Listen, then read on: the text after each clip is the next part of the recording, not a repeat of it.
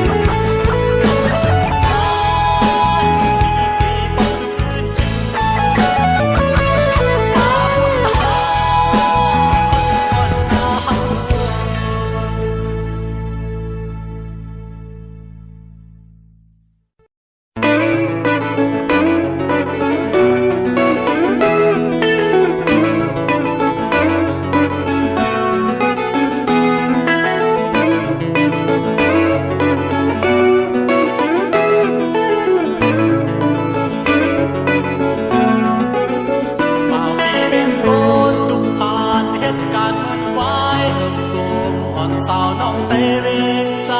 ไปหัดผมสูลูกยิงสัตว์เช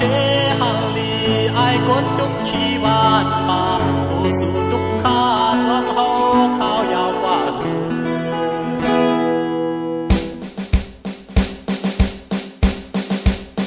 ตาเป็นหน้าเฮินจอมสู่ให้จางลาดความต่อโอสู่แนวไว้เดินมาใจไปจังจอพอเมืองแรงยามฝ่าป่ามาไว้เสออกคงเย่กว่าอยู่ในตรงหน้าจอมปอลำสีเทเหมือนสู่สาวในเวลา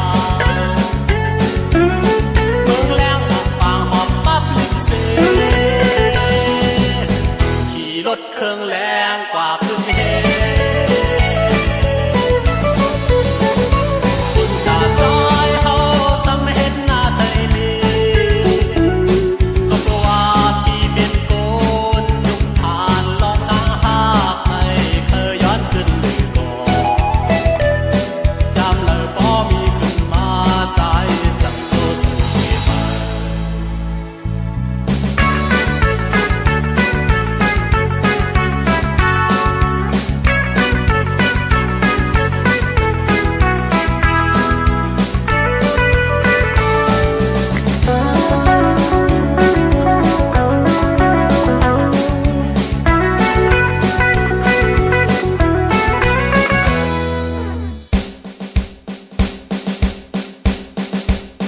ตาเป็นหน้าเฮินจอมสู่ไม่จางลาดความต่อโอสู่แนวไว้เลื่นมาใจไปจังจอ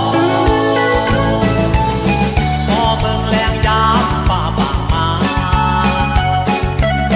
จึงไว้เสออกคงเย่กว่าอยู่ในตรงหน้าจอมปอลำสีเทเหมือนสื่อสาวในเวลาเมืองแรงออกปางหอบปั๊บลิกเสขี่รถเครื่องแรงกว่าขึ้นเฮ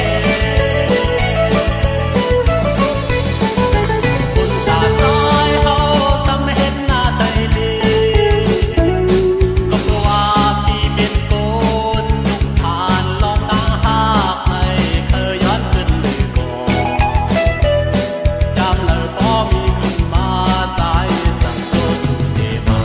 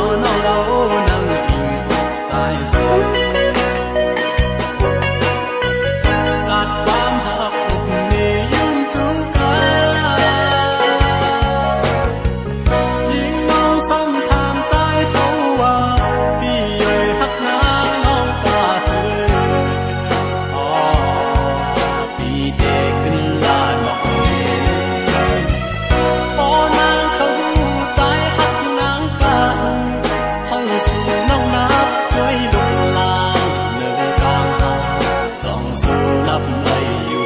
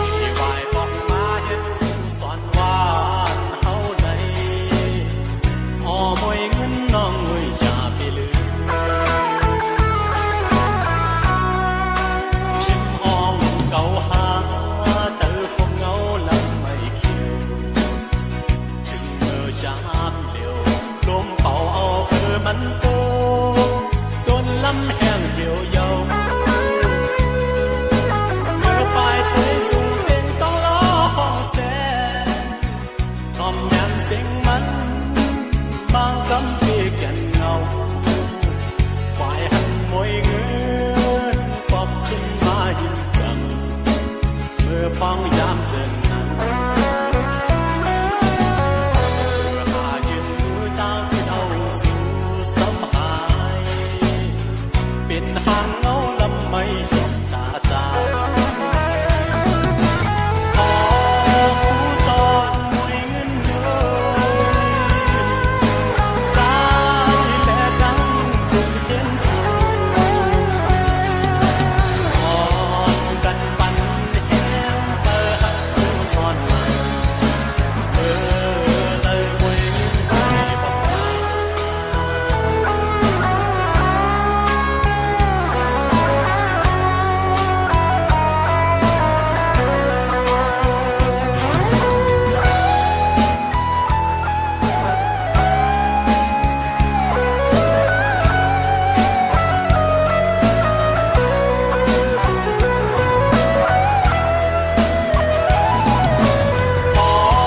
ผู้สอนมวยเงินเลยใจและดังดุจเห็นสูอ่อนกันปันแห้งเปิดผู้สอนเลยมวยเงินที่บอกมา ยิ่งน้องมวยเงินผู้ข้าวยามเจอจานเคยข้าวเมื่อเลอดีบอกขึ้นมาจุดที่ห้องเก่าหาผู้เจอห้องหาสู่กุยามผู้ขี้ย้อนเก่าหือโลโทษทองมันเป่ามาฝากเอาขอความอยู่ตอมลมมือมองสั่งนางยิ้มผู้เจอเลิกสู่เห็นสุดจันจอมเย้าอย่าลืมหน้าฝ่ายบอกขึ้นมาฟ้อนอ่อนหวานเฮาคือดึกหลายเฮาพอดีขึ้นเธอเบ่งเปิดฝ่ายบอกมาเฮ็ดสักทีใด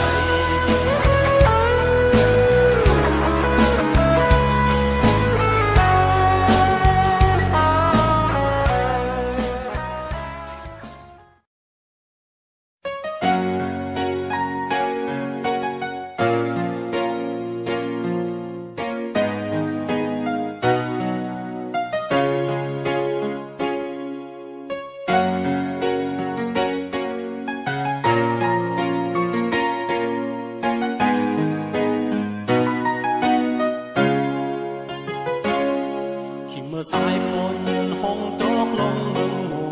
ตันอยู่หยาบคันเจอเดี๋ยวเขาลืมมือก่อนจางปอลมทองพัดเอาเพื่อไม่ปิวกว่าสิ่งลาดกำมือสั่นขึ้นยินเข้ามาดีว่าข้าวยามสุดฝนก็ปอต่อถึงวันใน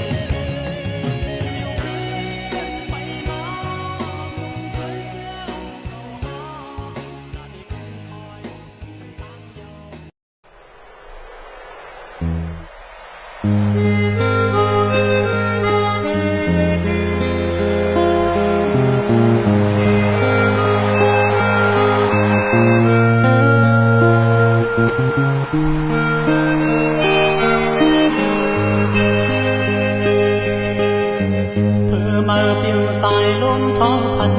เบาจันเอาเจอก็เปี่ยวจอมโลงกว่า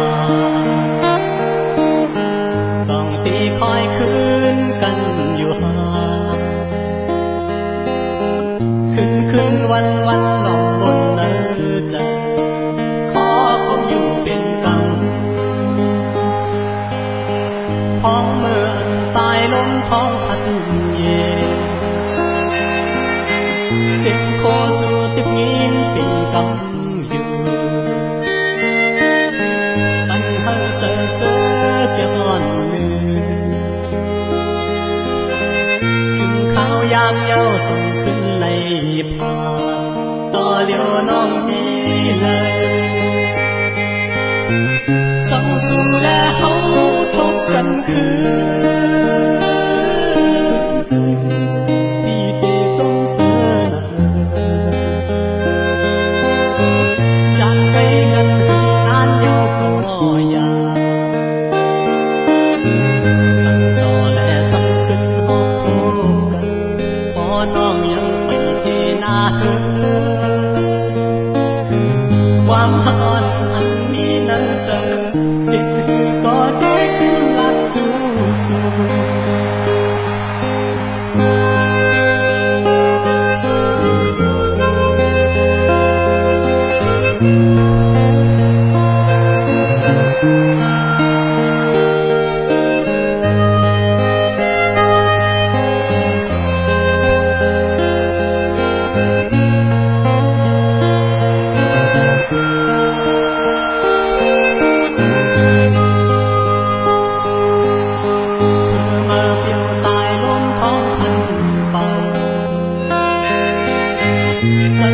เจอก็เปี่ยวจอมโลงกว่า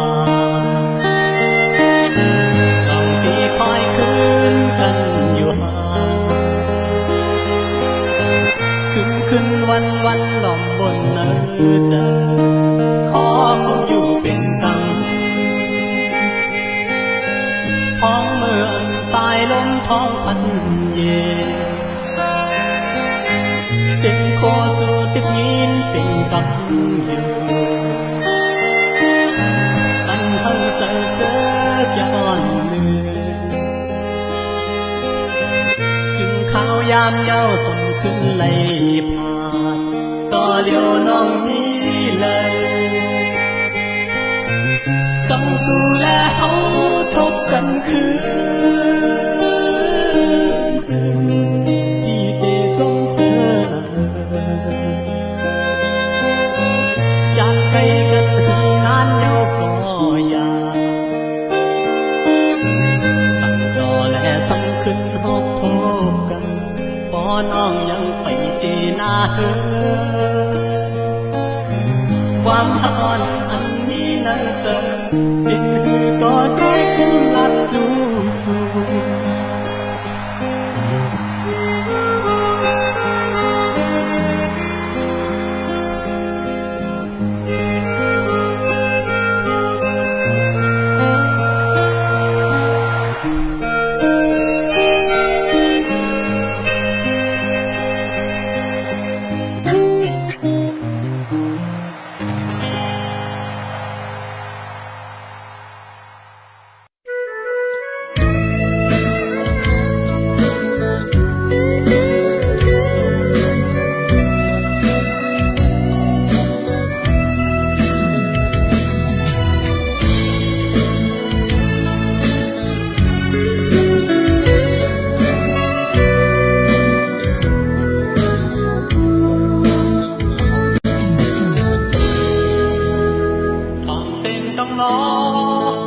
ของเขาหน้าเลื่อมสี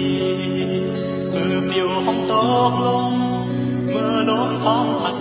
สั่นห่างจากไกลกันเป็นหลายปีเมื่อจึงว่าที่ขึ้นพ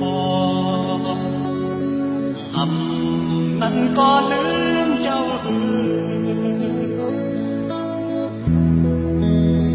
เธอเดไม่จองวนคือตางหลังชาติกันก็เหมือนน้องหอยกินเจอนานเขาเจอเปิดตาไหวหาวันทำหันสู่คืนปอ